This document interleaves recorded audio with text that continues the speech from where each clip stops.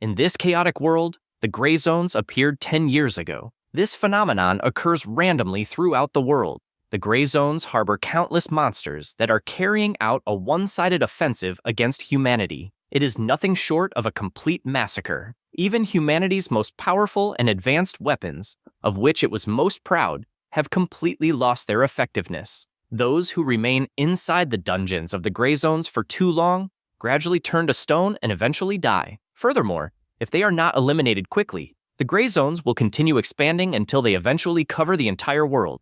It was at that moment that the chosen ones, known as professionals, appeared. Among them are archers, swordsmen, mages. They all possess power far beyond that of ordinary humans.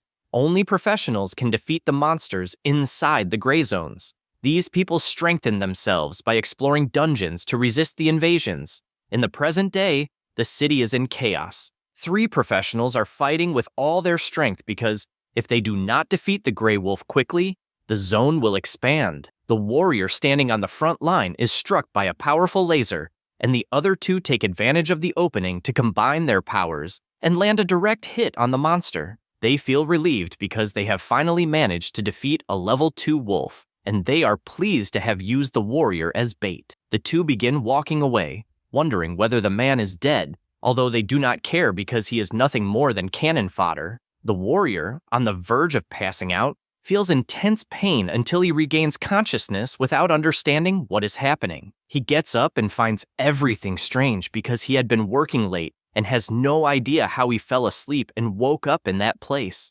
Only then does the MC look at a puddle on the ground and realize that the face and body reflected there are not his. At that moment, a severe headache strikes him, and several memories that do not belong to him flood his mind, including information about the monsters, the gray zones, and everything else. He finally understands that he has transmigrated to another world and become a professional, but his disappointment is obvious because he ended up in a body that had just been treated as cannon fodder in its very first dungeon. He realizes that people who transmigrate usually acquire special abilities, but he was unlucky enough to become cannon fodder, specialized in close combat. At that moment, something catches his attention. A system appears, congratulating him for activating the free selection reward system. He can now freely choose any reward obtained from a dungeon. He thinks about what this means and concludes that rewards are normally distributed randomly, and he has never heard of a system like this before. After understanding it a little better, he becomes happy because it means he has a 100% chance of obtaining the best items. That way, he will become stronger than anyone else, and at least his situation has improved somewhat. He decides to run a test because he has just completed a dungeon, and he chooses a rare grade weapon with a drop rate of 0.01%, along with a piece of fine armor. A notification congratulates him for obtaining the wolf-slaying blade and the wolf leather armor. The blade is rare grade and possesses a penetration effect. When attacking a level 5 or lower wolf, it has an 80% chance of activating an instant kill effect. The armor is excellent grade and increases the armor attribute by 10 points. He is pleased with what he has just obtained because he managed to acquire something that many people would fail to obtain even after 100 attempts. Therefore, he will always be able to obtain the best equipment as he completes more missions. Jifan leaves the dungeon and thinks about how dangerous the world is, and that, in order to survive, he must continue fighting as a professional.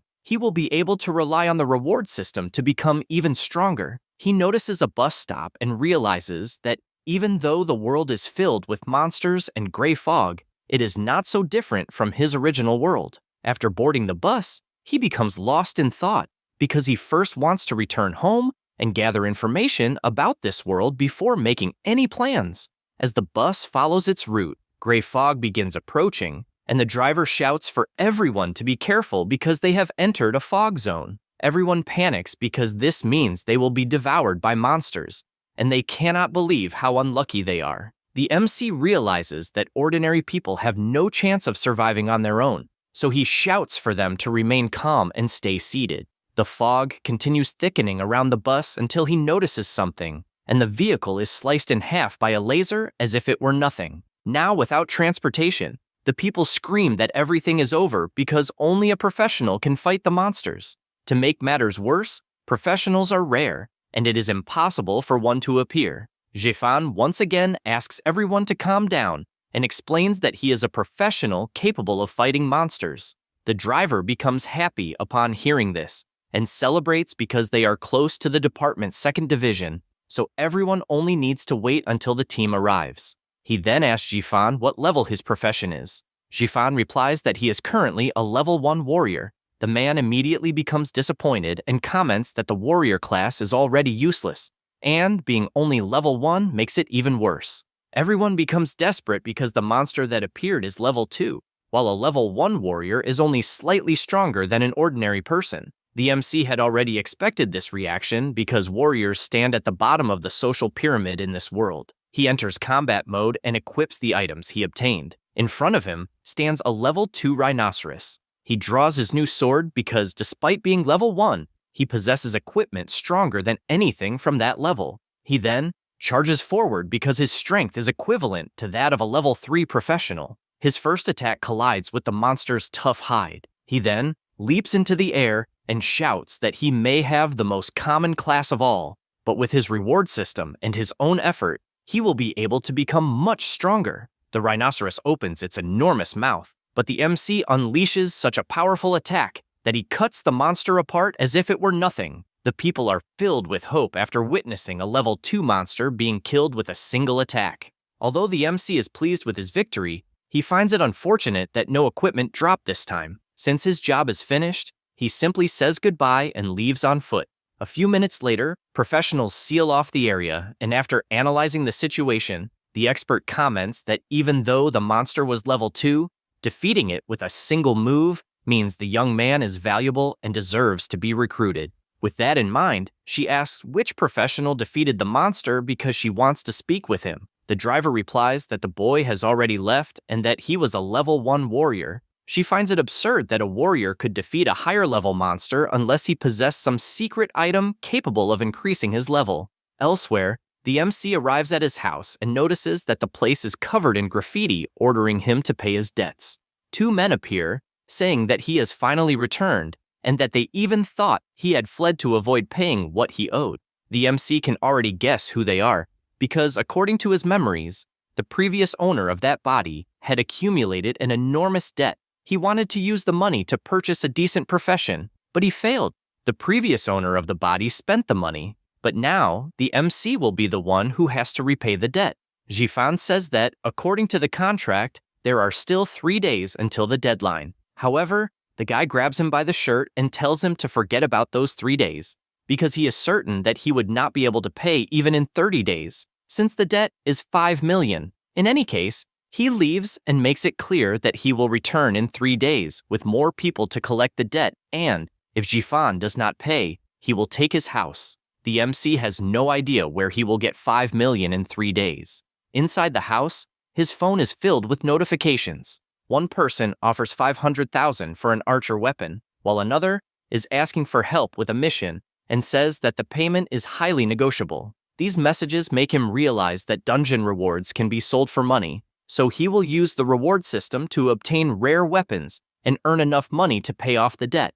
Now, he feels more confident because he cannot allow a small debt to prevent him from becoming stronger. According to the memories of the original owner of that body, this world does not only have gray zone dungeons, but also normal dungeons where professionals can improve their strength. He decides that he will first enter a normal dungeon to level up and, as a bonus, obtain new equipment. He notices some people selling equipment for around 500,000 each, and from what he can tell, a level 1 dungeon can only drop rare grade equipment at best, while the most expensive long-range weapon costs approximately 600,000. His concern grows when he learns that he can only enter 1 dungeon per day, and that 3 days will not be enough to gather 5 million. On the other hand, he sees no reason to be upset, since good equipment chosen through his own rewards will give him enough strength to instantly defeat even a level 2 monster. Therefore, challenging a level 3 dungeon or higher is not impossible. He puts away his phone and lies down for a while, determined to challenge a higher level dungeon the next day, so he can quickly pay off his debt. The next day, he goes out to check the situation of those dungeons. In the central area of the human settlement, Several professionals are clearing away the gray mist, so it is a relatively safe region. This also means that the farther away from the city center a dungeon is, the more dangerous it becomes. However, the rewards will also be much more generous. Jifan notices the entrance to the level 2 Lone Bear Cave dungeon, and some professionals recognize him because he was the cannon fodder who should have died the previous day. They tell him that they need a tank to clear that new dungeon. The MC replies that he is not interested because he wants to try his luck in a level 3 dungeon. Deep down, he knows that he cannot make the same mistake again by teaming up with trash who are willing to sacrifice him. The guy laughs, saying that if he were lucky, he would not have obtained the warrior class. Because of that, he suggests that Jifan find a restaurant where he can wash dishes, otherwise he will not survive. The girl also mocks him because the MC nearly died in a level 1 dungeon and is now thinking about challenging a level 3 dungeon. He admits that the life of the former owner of that body was truly miserable because of how unlucky he was. But now, with the reward system, luck will always be on his side. The guy provokes him again, believing that he has a large debt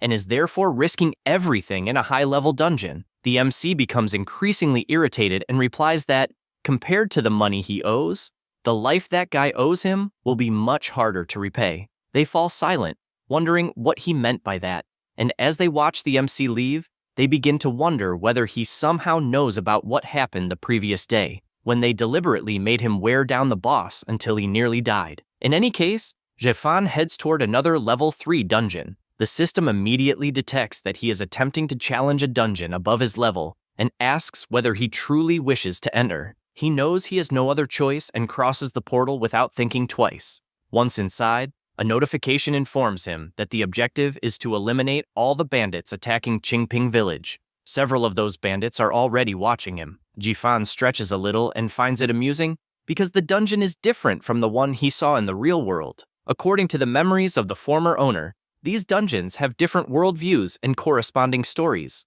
As long as the professionals complete the tasks according to the plot's instructions, they can pass the dungeon and receive rewards. At that moment, more people enter the dungeon, saying that since it is level 3, they believe no one there is a beginner. One of them asks everyone to show their information and respective levels. The other 4 introduce themselves as level 3 professionals, consisting of 2 snipers, 1 healer, and 1 assassin. Jifan realizes that although they were randomly matched, the team is well balanced, with him filling the role of warrior. The professionals cannot believe that they are seeing a level 1 person and ask whether he is trying to die at such a young age. The girl becomes the angriest because she does not care if someone is trying to kill himself, but she does not want him to drag the rest of the team down with him, especially since the group's only tank is a useless level 1. The MC explains that although his level is low, he makes up for it with some decent equipment. Yukihashi is surprised and asks whether he is some kind of heir, because that set of equipment is worth hundreds of thousands, and gives him the necessary qualifications to enter a level 3 dungeon. Jifan finds that amusing because if he were some kind of heir, he would never risk his life in a dungeon 2 levels above his own. The team leader explains how everything will work, starting with the assassin scouting the area. During the battle, the tank must draw the enemy fire toward himself. He then reassures the MC by saying that the healer will focus on him. Jifan removes the man's hand from his shoulder and makes it clear that although he is a warrior, he does not like throwing himself into the middle of a crowd of enemies. He says this because he knows that the whole thing is a joke, since the former owner of the body died in exactly that way, serving as cannon fodder. He will not repeat the same mistake, because everyone only has 1 life. Aratani does not like this, because that is clearly the role of a warrior, and he thinks it is absurd to expect the snipers to take the front line. Jifan replies that charging forward without thinking is not bravery, but rather acting like cannon fodder, and that he will only enter combat when necessary. Yukihashi says that if he is not willing to take responsibility, then everyone will fight their own battles, and if he gets injured, he will not receive any healing from the healer. The MC replies that this is perfect, especially because he is aware that he would not receive any healing anyway.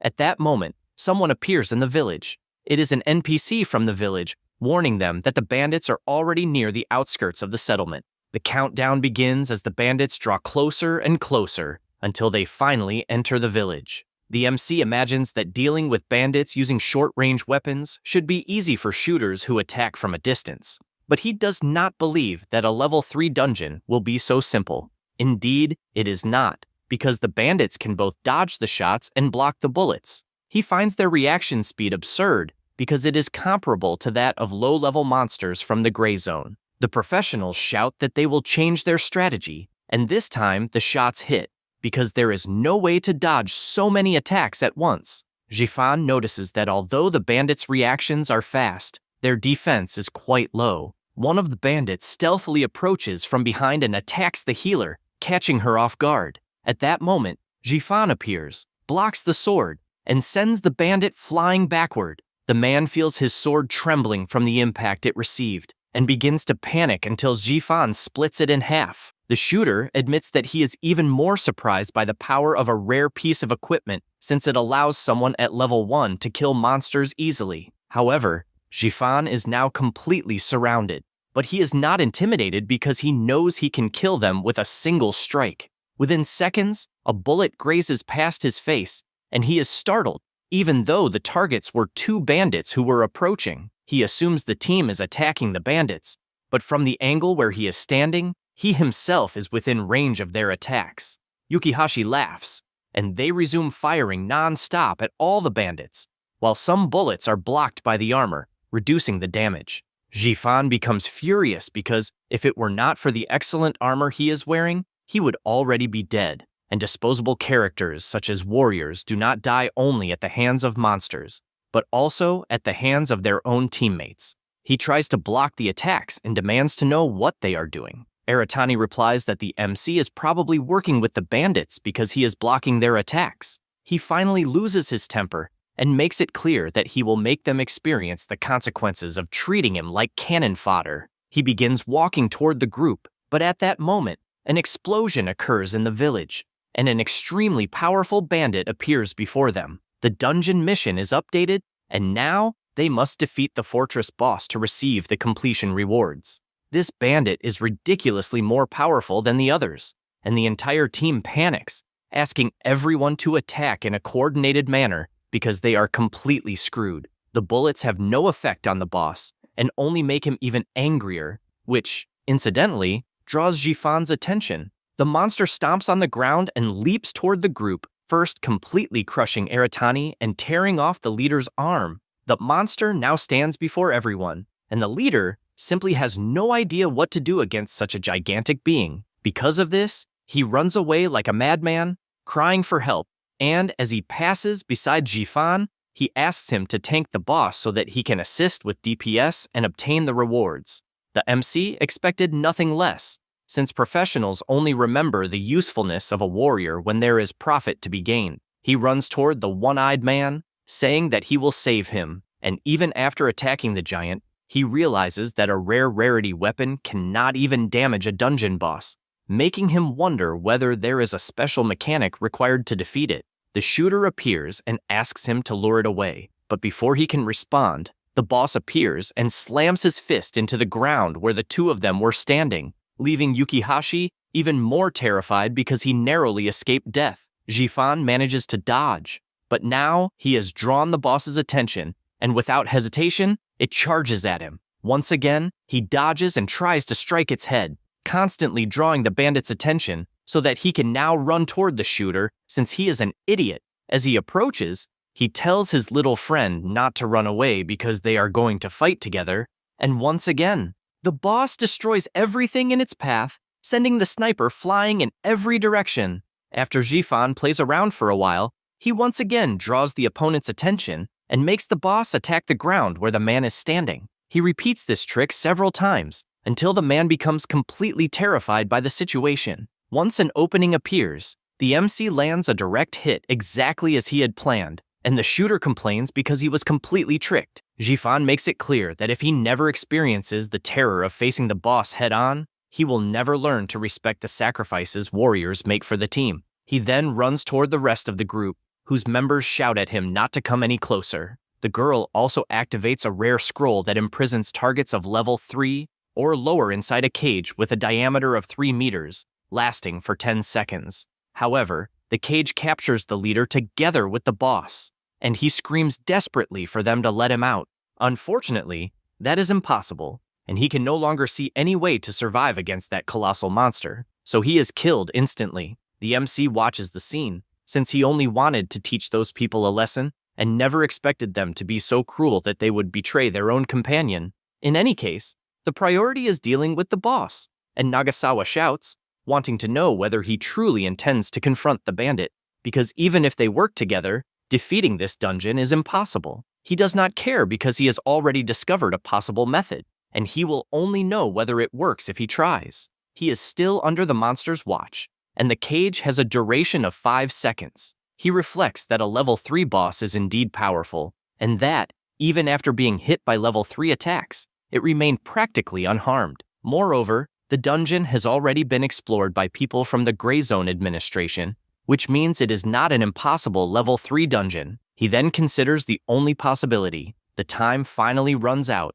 and the cage disappears. Jifan heads toward the boss, and an explosion occurs in the village. The dust begins to settle, and the MC appears with his sword piercing through the bandit. He pulls out the sword, and is congratulated for defeating the brigand boss. The monster begins to disappear, and he gains 20 experience points, advancing to level 2. He thinks this is great because he won the bet, and as expected, the boss had a special damage reduction mechanic, making it necessary to find its weak point in order to defeat it with a single strike. The system also congratulates him for clearing the level 3 fortress, and now he will receive the rewards. He becomes excited because the best part has arrived. At that moment, the girl approaches and says that he would not have defeated the boss without her help, so she also wants a share of the rewards. The assassin says the same thing, claiming that everyone helped during the battle. Jifan makes it clear that he has already been very generous by not holding a grudge over the bullets he received, and now they still want to extort the equipment he obtained by himself. Takamura tells them to forget it, since they would not have been able to defeat the monster anyway, and says that he is leaving, but the MC warns them that he never said they were allowed to leave. The two panic and ask what he wants, especially because the Grey Mist administration forbids professionals from killing one another without reason. He replies that they should all have died to the boss, and should therefore be grateful. Both of them thank him while sweating profusely from fear, and they immediately disappear from the dungeon. He returns to see what rewards he will receive, and is allowed to choose up to 3 items. He likes this because, apparently, since it is a high-level dungeon, he will receive an extra reward. The item options are 2 Class B skills and 1 Class A skill, 1 Class S skill, 3 Class SS skills, and finally, 3 more skills, consisting of 1 Class S skill and 2 Class A skills. He finds the number of high-level skill books incredible, especially since they have an extremely low drop rate, and concludes that his reward system is truly divine. His first choice is the rank SS skill, Drowsy Radiance. It allows him to train swordsmanship or blade arts while sleeping. His attack power also increases by 10% per level, and if his profession is warrior, this effect is tripled. His second choice is the skill Rapid Movement. He moves like the wind after mastering this skill. His speed increases by 10% per level, and if his profession is assassin, this effect is tripled. He is aware that he would receive the maximum bonus if he were an assassin, but even so, warriors can also make very good use of this skill. After all, being chased by the boss was much more dangerous, and having greater speed would be excellent. Finally, he also takes the quick loot meant for the ranged class.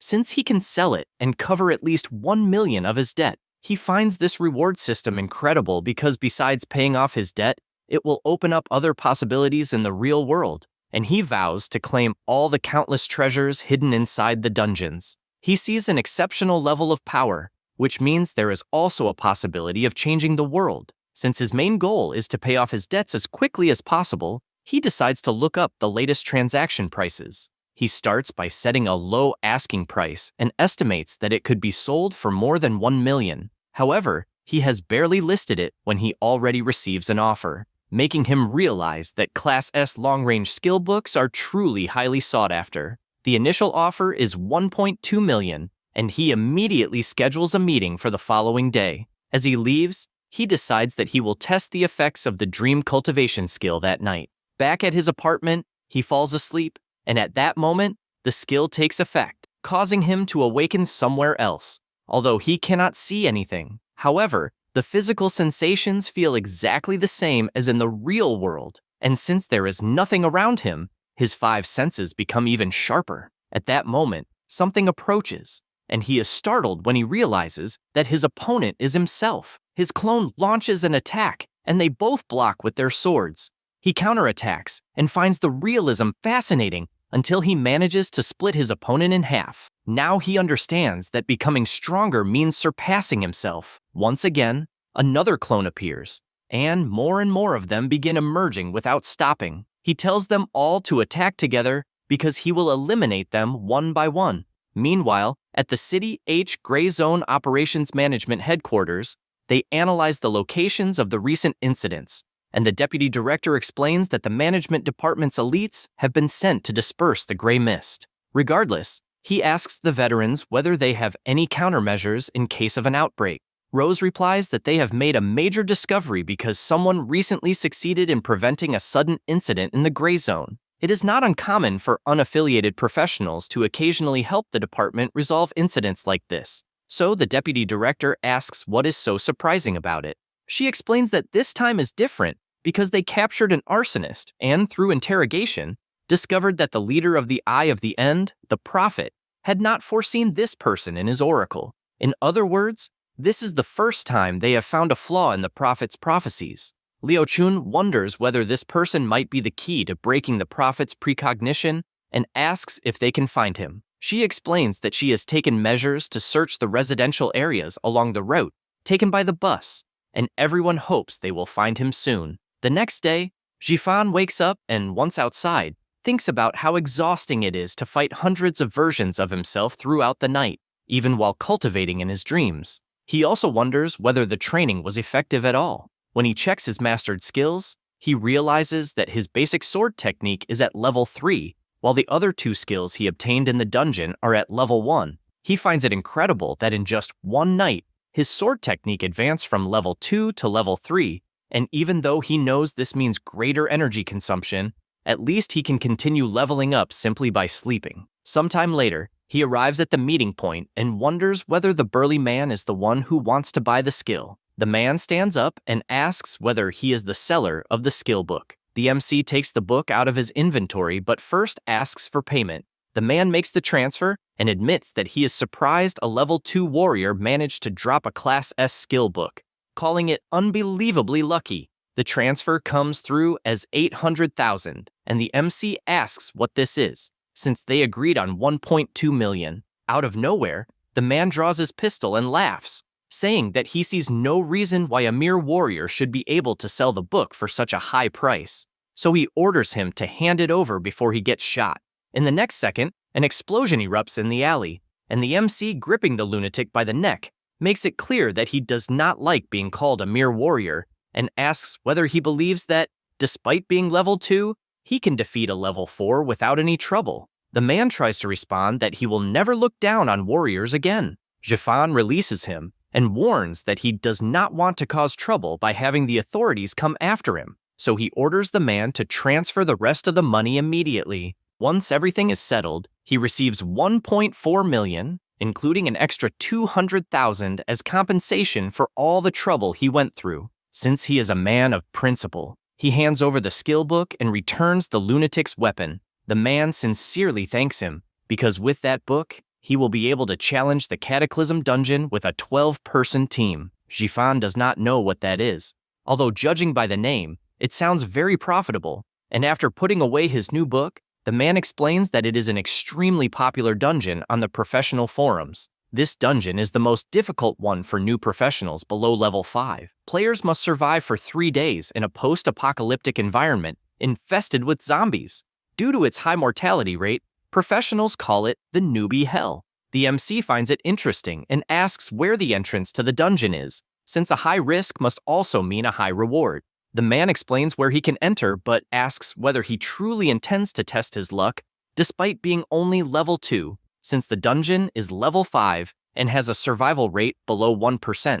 He smiles and says that he will only know if he tries. Deep down, he becomes even more excited because if the risk is that high, then the rewards must be ultra rare. Sometime later, he arrives at the dungeon, and the professionals immediately look down on him for being a warrior who showed up to participate. The objective for clearing this dungeon is to survive for 3 days in a city undergoing a zombie disaster. The system also detects that a professional is challenging a dungeon far above his level and asks him to carefully consider whether he truly wishes to enter. The MC asks whether everyone is ready because he himself is dying to go inside. He enters the dungeon, and the system informs him that he has been separated from the team and must find everyone to prevent the zombie attack. The system equips him with excellent grade armor, and he chooses to hide his appearance. He is aware that, although he is only level 2, his attributes and equipment are far superior to those of the others,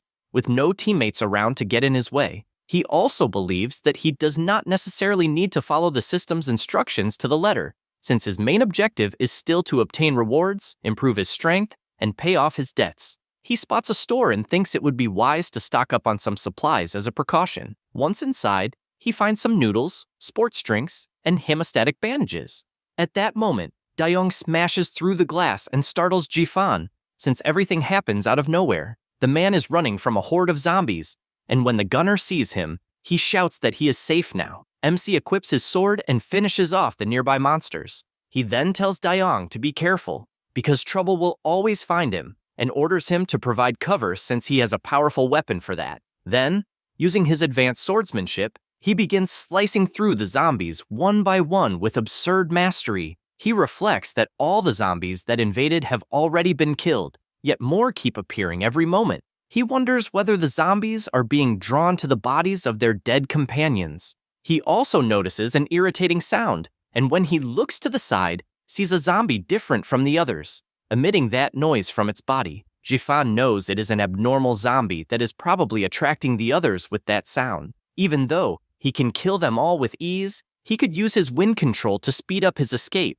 but the hordes have blocked the only exit, and he first needs to deal with the loudspeaker zombie. Because of that, he tells the gunner to help hold back those troublemakers and, since he will no longer be attacking, to draw their attention instead. Dayoung says that is impossible because he is only a gunner and cannot do something like that. MC tells him to at least try, because he will never know unless he does, and asks for only 5 seconds. The gunner agrees, and MC, with 1 available point, increases his agility. He now has 11 points in strength, 11 in agility, and 10 in stamina. With his absurd speed, he moves through the store while the gunner sprays bullets at every zombie, blocking the path. Jifan continues moving across the ceiling until he reaches the loudspeaker zombie and tears it to pieces. He is pleased that it worked, but strangely, the zombies completely changed their behavior. Since he eliminated the commander, every zombie within a 15-meter radius enters a state of fury, and their attack speed and defense increase by 10 points. MC grows concerned when he realizes that the loudspeaker zombie was actually nothing more than bait, because now the zombies are attacking like mad. He lands a sword strike and realizes that their defense has clearly increased, and at this rate, he will not be able to deal with all of them. On the other hand, no new zombies are appearing, so he could simply run away. He is about to do so when he hears a noise and notices that the gunner is still cornered, trying to fulfill his part of the deal. MC finds himself frozen and reflects that, in this world, the law of the strongest prevails, and he does not need to put himself in danger for a stranger. Dayoung, defending himself however he can, shouts that MC is definitely the strongest professional he has ever seen and that he believes in his potential. However, the pressure on him keeps increasing. MC carefully observes the troublesome situation he has gotten himself into and says that, since he holds the title of the strongest, he cannot back down.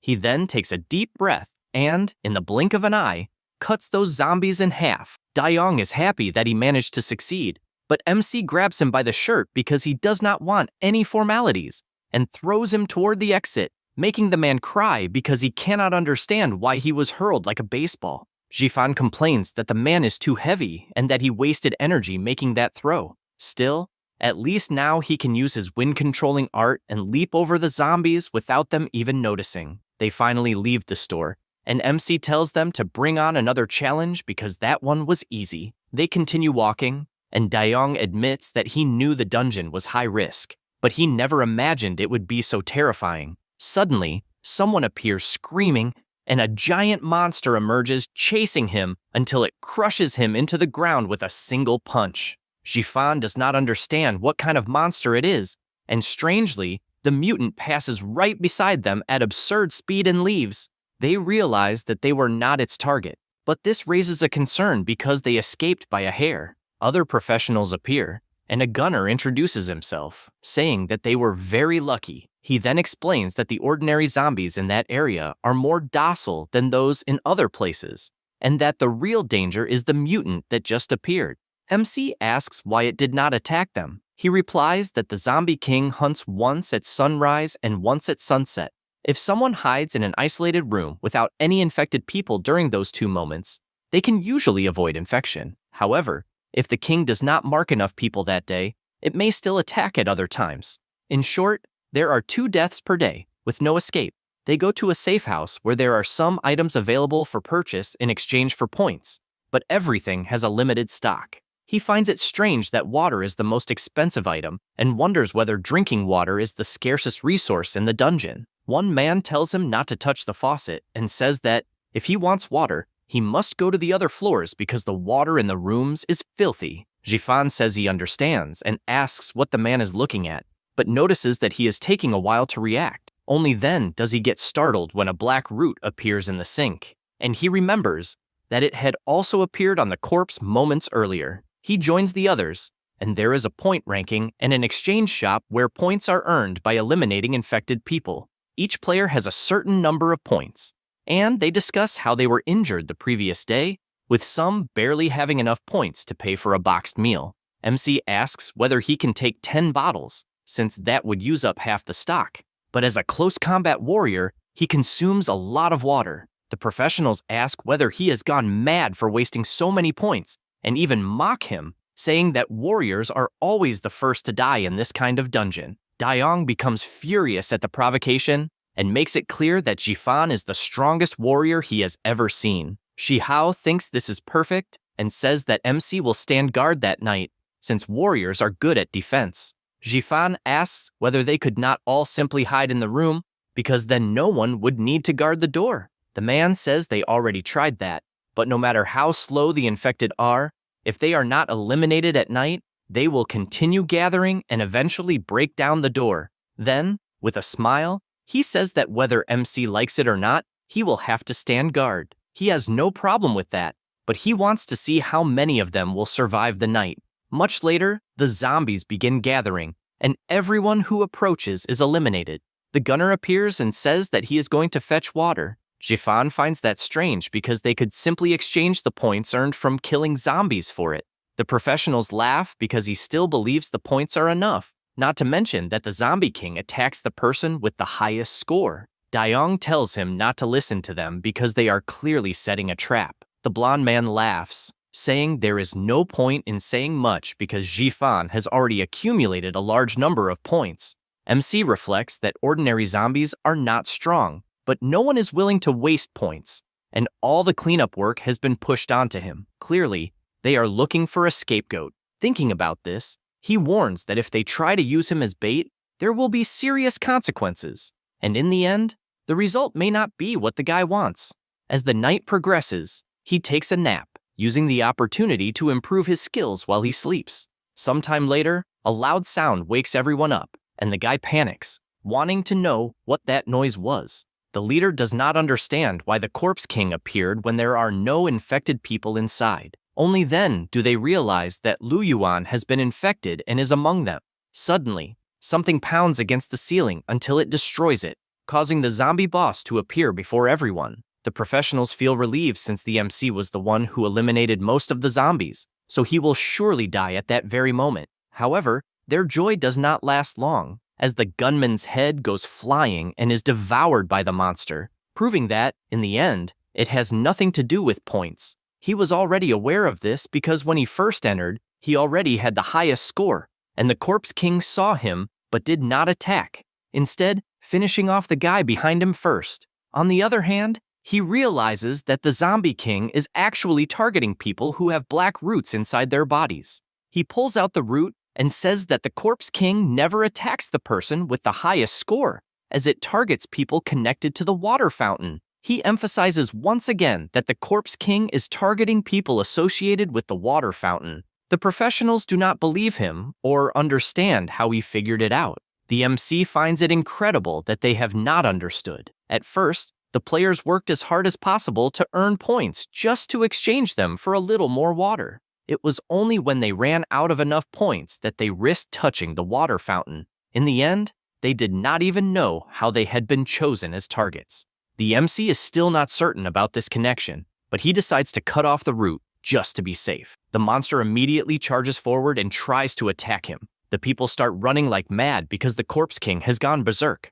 The MC says that he will lure it away and that everyone must stay away from the water fountain. The boss appears once again, and Jifan thinks it is great that he managed to lure the monster into a narrow corridor, because despite being powerful, the terrain will restrict its movements. The monster launches the first attack, but Jifan is faster and lands the first sword strike. However, the blow has little effect, forcing him to retreat. While the Zombie King continues attacking non-stop, he is forced to keep backing away and realizes that the monster possesses overwhelming strength and that a direct confrontation is not worth it. Because of this, he moves elsewhere and maintains a distance of half a step. The zombie tries to punch him, but he dodges, declares that this is a warrior's territory, and prepares to deliver the final blow. The Corpse King simply waits and blocks the sword strike with its hand. The MC is startled because the monster predicted his attack and, to make matters worse, begins emitting an intense power that forces Jaifan to retreat even further,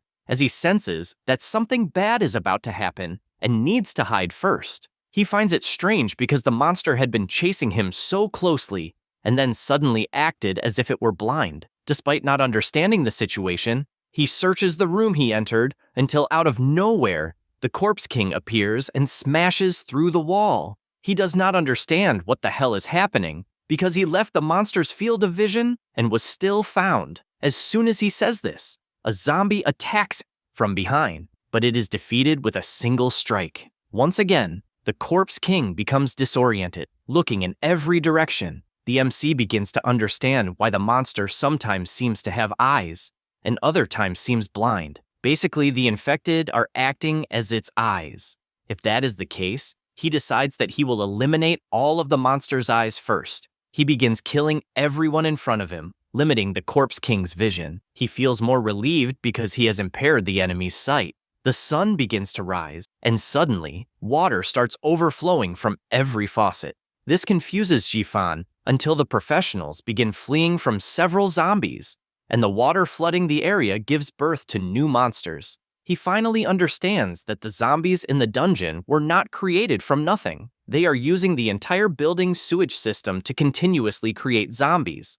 It is no wonder the water is absurdly expensive. This has nothing to do with a lack of resources.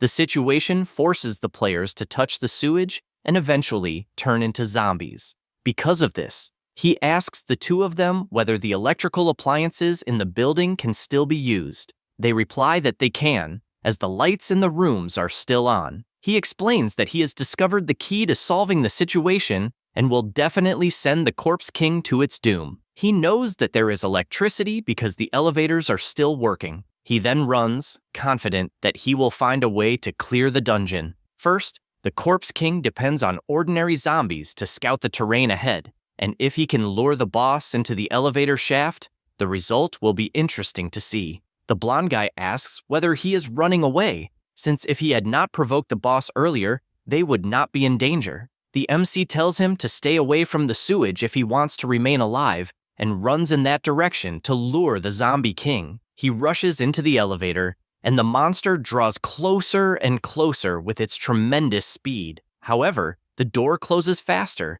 and he activates the elevator to go up. He then makes a hole in the ceiling because it is now time to counterattack. As the elevator rises, the Zombie King destroys the door, and the MC thinks it is great that the stupid monster took the bait. He decides to hide in the gap between the elevator and the wall to play a little game of hide-and-seek. However, he knows that he needs to climb quickly, or the Corpse King will catch him. There are also two platforms, and he wonders which one would be better to hide on until he finally makes his decision, because one of the elevator cars is already damaged and about to collapse, supported by only 2 cables. If he can make the monster jump onto it, it will certainly lose its balance. He throws a rock to attract the attention of the sightless monster, and the Corpse King immediately leaps toward the sound. It reaches the platform, and the MC, without hesitation, cuts the elevator cable, causing the monster to lose its balance.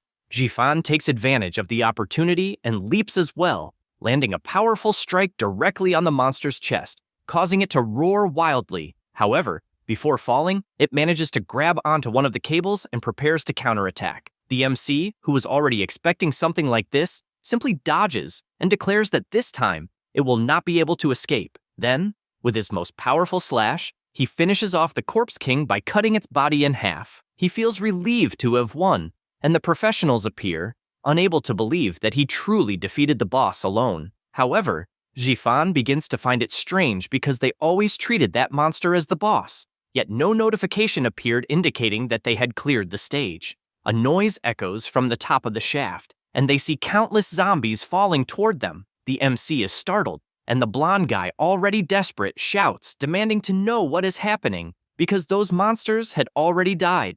The zombies continue trying to grab him, and the MC realizes that simply killing the Corpse King does not mean the game is over. He thinks about everything that has happened so far: the sewage water, the zombies appearing everywhere, and the Corpse King itself. After considering this, he concludes that the true cause of the zombie mutation lies at the source of the sewage. The MC tells the 2 of them to leave because he will go underground alone. Then, after walking for a long time, he arrives at a place completely covered in roots. As he expected, that place actually houses the true boss. And now he is certain that if he defeats it, he will complete the dungeon perfectly. He is confident that as long as he defeats this monster, he will finish the dungeon with a perfect completion. The true boss launches its first attack, and despite dodging it, Jifan realizes that the room is filling with zombies, and that, now trapped in a pincer attack, he needs to find an opening to get closer. He runs while dodging the tentacle attacking him and realizes that his escape space is shrinking.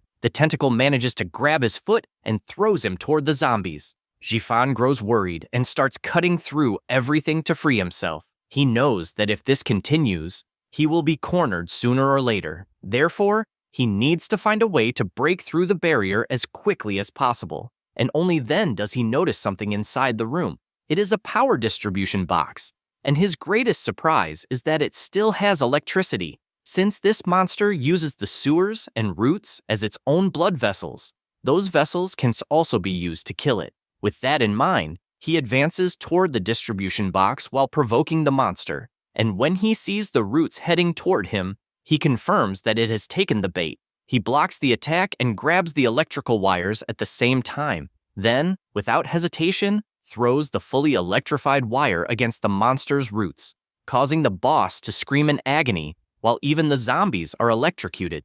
As a result, the boss's core is exposed, and the MC decides that it is time to finish the job. He charges forward and cuts what remains of the boss in half. The destruction of the monster can be felt even outside the building, and with that finishing blow, it disappears completely. The system congratulates him for completing the Cataclysm dungeon and informs him that the rewards are being calculated. 1 epic chest and 2 rare chests appear in front of him, and the MC asks the 2 survivors to choose first. Daiyong becomes fascinated by the incredible chest that dropped, while Jifan only thinks that he cannot reveal to anyone his secret ability to choose rewards through the system. A notification warns that they will be sent outside after collecting their rewards, and the blonde boy runs toward the epic chest, but he soon senses murderous intent directed at him. The boy immediately switches chests and decides that the lower quality ones are more suitable for the situation. The MC says that since the 2 of them are so polite, he will take the epic chest. He can choose up to 3 rewards. In addition, he is informed that he is the first player to perfectly complete the level 5 Cataclysm dungeon, so the special rewards will be recalculated. He may also choose to exchange the normal rewards for hidden rewards, and the chest displays every available option. He obtains the Sacred Judgment musket and still has 2 choices remaining. The other 2 pieces of equipment are the Wind Scar Star Horn and the Mithril Star Staff. The system asks whether he wants to make the exchange, and he selects yes. In any case, a warrior would not use all 3 items, and the musket will probably be enough to pay off his debt. Although the other pieces of equipment are valuable, he wants to see the hidden rewards. He thinks about the Corpse King, who can see through ordinary zombies, and the Mother Plant, which can control others, and believes it would be great to obtain those 2 abilities. As he thinks about it, a notification informs him that he has acquired new abilities. The abilities in question are the Corpse King's Shared Vision and the Mother Plant's Consciousness Control. The MC begins thinking about this because, logically, mission rewards should have been fixed from the beginning, including the hidden rewards. However, at that moment, it is as though the system heard what he said and transferred the corresponding abilities to him, even displaying them on the screen. He also feels as if something is watching him from behind. He looks specifically toward the generator cabin and notices a strange symbol. This leads him to conclude that creatures from the gray zone generally exist only on the surface and do not enter dungeons, meaning that the Mother Plant was definitely placed there on purpose. He connects the pieces with the fact that he obtained those abilities and considers that the gray zone itself may also have been artificially created. Now that he has found this clue, he is confident that he will uncover the truth behind it. By perfectly completing the dungeon, he obtained the legendary grade musket, 2 abilities, and enough experience to reach level 4. He opens his status window and likes what he sees, as his basic sword technique is now level 4, and his previous abilities have evolved to level 2. He takes out his phone to check the market prices, and notices that the legendary dungeon weapon he listed for auction has already received several bids, reaching 3 million. Making it even rarer than he imagined. The highest bid has currently reached 3.6 million, and the buyer requests an in-person transaction. He accepts the request because he has now reached level 4 and possesses 1 legendary piece of equipment and 2 new abilities, although this is still not enough to earn money and pay off all his debts. Soon afterward, he goes to the professional trading center and, upon entering, exchanges his equipment for money. This time, he receives the money properly and now has 5 million. The buyer comments that he heard Jifan is a low-level warrior who has once again sold a high-value item and that apparently he has figured out who he is. The MC asks whether he is there to buy something or merely to probe into other people's affairs. The man warns him that this merchandise should never have fallen into his hands in the first place, and Jifan tells him to mind his own business instead of interfering in other people's lives. After saying that, he leaves. Once he pays off his debt, only 200 remains, and he becomes upset because he will have to live on a tight budget for some time. But at least the debt has finally been paid. He notices several people following him and had already expected something like this because the mustached man looked like he would send someone after him. The guards keep their eyes on him the entire time, but after he enters an alley, they simply lose sight of their target. The MC, standing on top of a building, watches the 2 fools and concludes that a low-level warrior who constantly obtains top-tier equipment to sell will definitely attract a great deal of attention. When he turns around, he notices an advertisement from the Gray Zone Administration Bureau, the organization responsible for handling incidents in the Gray Zone, stating that they are recruiting professionals for paid work. He considers this the perfect opportunity because with the status of a third-party contractor for the administration, no one will care about the origin of his equipment.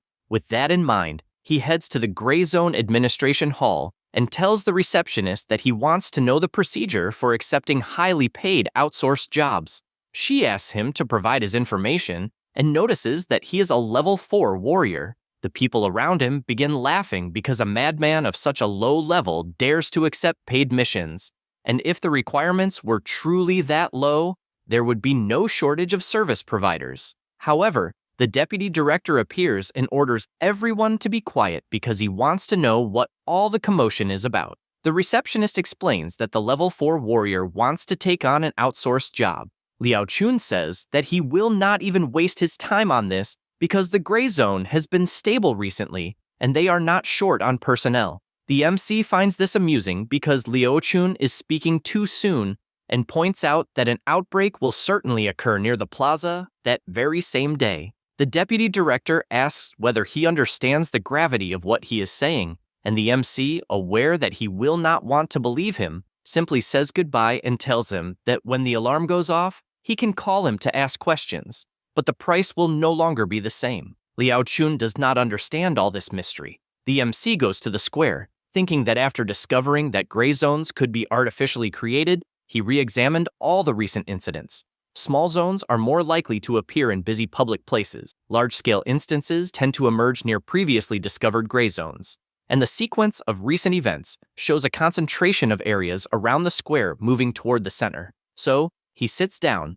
confident that it is almost time for this event to happen. At that moment, several alarms begin to sound, announcing that a new gray zone has appeared near the square and that they are in a state of emergency. The deputy director finds it absurd that this is happening, and the MC, pleased that his guess was correct, believes that some people will desperately want him to return and take on the outsourced missions. The fog begins to destroy the area, and everyone starts running away, screaming for help, as a completely bizarre monster appears and attacks. One of them is captured, and the roots completely restrain his body. At the same moment, the police arrive, and Chue says that they must prioritize rescuing the civilians. The police prepare themselves and open fire on the monster, and while it is distracted blocking the bullets, one of the professional officer advances from behind to reach the hostage. However, he realizes that it is already too late, as those roots have completely taken over the man's body. He reports that the hostage was probably killed,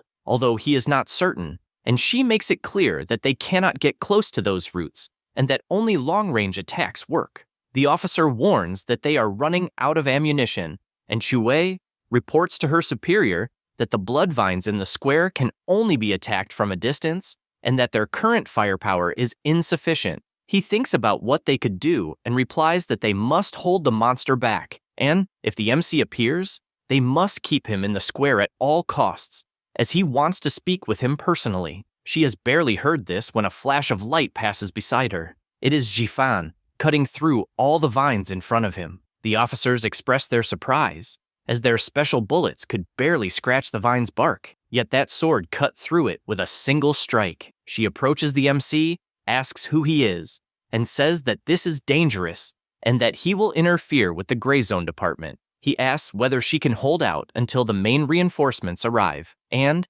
even while being attacked by the vine, manages to cut through every strike, as he says that he is the only person present capable of handling that gray fog instance. She does not understand what kind of nonsense he is talking about, and he makes it clear that his help comes with a condition, as this rescue mission will cost 1 million. In addition, they must later include him on the official list of external professionals according to the highest payment rate. Over the radio, the deputy director warns that the monster is at least level 8 and that rescuing the people would require at least one full team. Therefore, he wants to know whether the MC will bear the consequences if he fails. He notices that he is finally speaking with a superior, but realizes that they still do not trust his word. Even so, he says that it is fine, because if he fails, he can pay with his life. On the other hand, if he succeeds, he will not want only money, as he will have to be respectfully invited to join the bureau. The deputy director finds this absurd, but at that moment, a little girl is captured by the vine, and the MC sees her being taken away. He reflects that he sensed something was wrong before, as the monster should not have reacted merely upon seeing people. It was more as though someone had entered its detection range. This is because he tested it and became certain that something was moving underground. Therefore, the first time he acted, he used the art of wind control and tried to move as delicately as possible. He goes to rescue her anyway and uses his shared vision. As expected, there are monsters moving underground. The withered blood vines detect approaching enemies not through sight, but through the vibrations felt by their roots. He rushes forward to cut them first, and, once he is close enough, strikes in every possible direction, saving the little girl. Then, he moves on to the next step and rescues all the other captured hostages, while also completely killing the monster. Frightened, the little girl runs to her mother, and the officer asks whether the MC is really a soldier, as he made it look far too easy. Meanwhile, the deputy director remains silent, as he has just watched everything that happened in the square, and Jifan says that it is time for the administration to fulfill its part of the agreement. He emphasizes once again that it is time for them to keep their promise, and Chue gives permission to the officer, who approaches the MC and hands him a card containing 1 million. The administration also adds him to the official list of external professionals with the highest payment rate.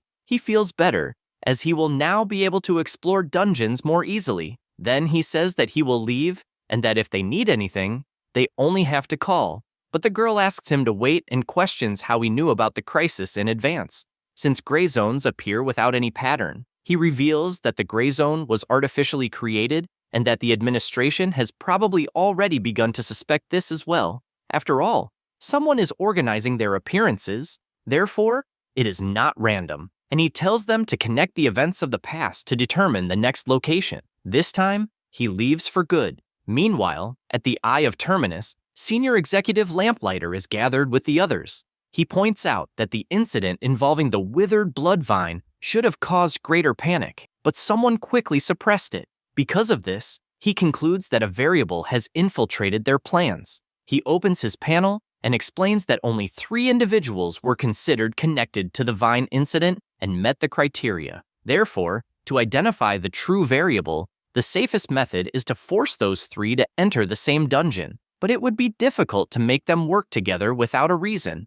With that said, he concludes by revealing that the trap has already been prepared. Sometime later, the MC finishes another job. Shortly after leaving, he notices that the administration's communication ring is ringing. It is Chue, saying that a medium-sized gray zone has appeared near the 6th elementary school and that he must hurry. He says that it is fine and heads to the location. Along the way, he thinks about the small monsters from the gray zones, as they constantly launch surprise attacks but are easy to deal with. The more troublesome ones are the medium-sized zones, and if the rewards are high, they will directly affect the surrounding area. After arriving at the designated location, the girl introduces Yao as the person responsible for the support and treatment department.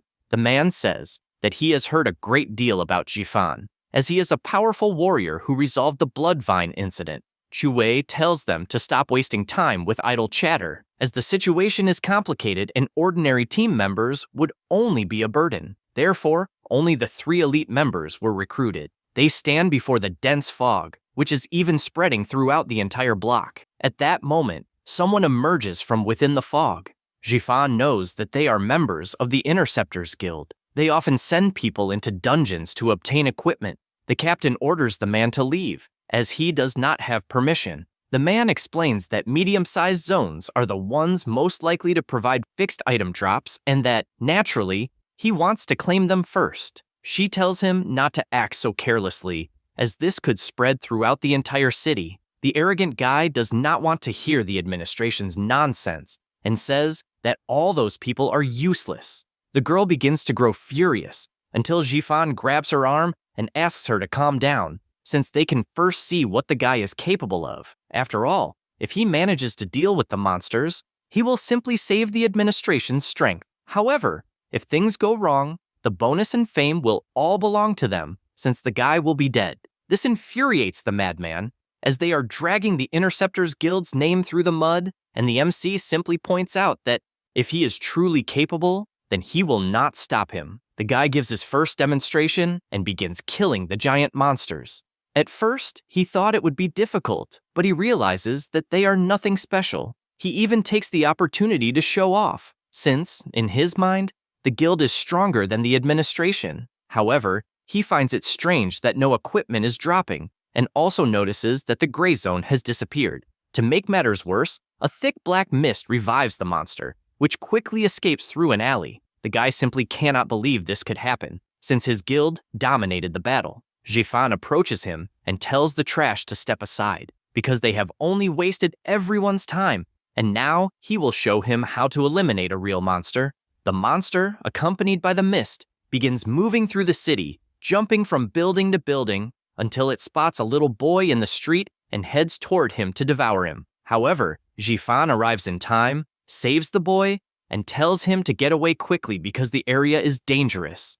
Without wasting any time, the child thanks him and runs into the crowd. The MC blocks the monster's first attack and then rushes closer as he is trying to strike different parts of the creature's body. However, amid this, he notices something strange because he struck both the shell and the abdomen, and even the front legs seem exactly the same. Strangely, the monster is not agile in its movements. Its shell is not indestructible, and it does not avoid having its vital points struck during combat. His first suspicion is that this monster is not truly a living being. The creature attacks again, and he blocks it with his sword before unleashing a powerful attack that sends it flying. He finds the situation troublesome, but his primary mission is to evacuate the civilians first. Therefore, he orders his team to clear the crowd, and they begin coordinating everyone, prioritizing the injured so they can receive treatment first. The Interceptors Guild takes advantage of the administration being busy and sees this as their chance to deliver the final blow to the monster. Chue realizes that they are insane, since the students have not even been evacuated yet. But the guy does not care about saving people, because whoever lands the fatal blow will receive the reward. Therefore, he attacks with all his strength, while the monster lies defenseless on the ground. After doing so, he celebrates, believing the reward now belongs to them. However, once again, the creature releases a strange mist, this time green, frightening the group because the monster's head was crushed, yet it is still coming back to life. Jifan approaches and says that the guy has once again been deceived by the monster and apparently never learns from his mistakes. The creature releases a gray vine that advances across the ground toward him, but Jifan simply raises his sword and drives it into the ground. He then deflects every attack coming his way. Soon afterward, the group notices that the monster has simply disappeared, and the MC concludes that the beetle is not actually real. It is a body composed of countless tiny beetles. Rather than an insect hiding inside a shell, it is more as though these insects formed the shell themselves. As soon as the shell breaks, they scatter and flee. When they find something weaker, they regroup and form a new giant beetle. Since he needs to know where these creatures are going, he uses his shared vision. This power connects him to the animals in the area, allowing him to discover where the smaller creature is, since it is clearly the commander insect leading the swarm. With that in mind, he approaches the madman and slashes the beetle, with the strike passing through the guy's hair and leaving him terrified because he is now nearly bald. However, the attack eliminates the leader, and the swarm begins losing control. The MC warns that none of them will escape alive. That's all, folks. If you enjoy the video, subscribe and hit the bell. Thanks.